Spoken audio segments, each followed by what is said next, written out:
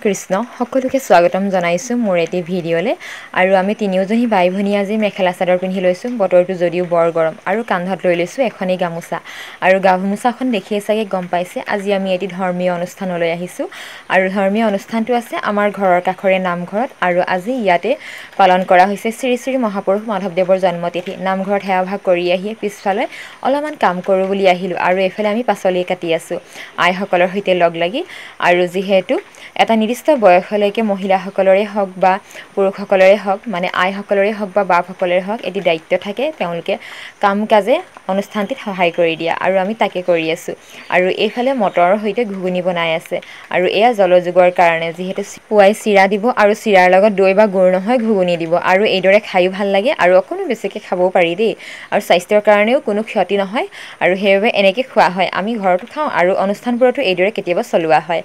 আৰু এইবাৰ আমি উপস্থিত হৈছোঁহি তোৰণখনৰ কাষত কিয় জানেনে আজি এই অনুষ্ঠানটোৰ বাবে আমন্ত্ৰিত নিৰ্দিষ্ট বক্তা আৰু বিশিষ্ট অতিথি আমাৰ সুদূৰ যোৰহাট জিলাৰ পৰা আহি আছে অনিল তাঁতী প্ৰভুজনা আৰু তেখেতক আমি আদৰি নিবৰ বাবে আহিছোঁ আৰু তেখেতক বৰ সুন্দৰকৈ আদৰি নিয়া হৈছিলে দিহানাম গাই গাই আৰু এইডোখৰ অকণমান বেছি দূৰ নহয় বাৰু সকলোৰে আমি এনেকৈ খোজকাঢ়ি গৈছিলোঁ খুব ভাল লাগিছিল আৰু এইফালে জুনু আহিছে দেই দুইজনী ছোৱালীকে লৈ আহিছে আৰু ধৰ্মীয় অনুষ্ঠানবোৰত সৰুৰ পৰা জুনুৱে ছোৱালীকেইজনীক অনাৰ অভ্যাস কৰিছে আৰু এইটো ভাল কথা আধ্যাত্মিক জ্ঞানৰ বাবে এইখিনি বহুতখিনি প্ৰয়োজন হয় আৰু আজি দিনটো বহুতখিনি গৰম যদিও আমি সকলোবোৰে এনেকৈ ওলাই আহিছোঁ এটি ধৰ্মীয় অনুষ্ঠানলৈ আৰু আজি বিশেষকৈ দিনটোত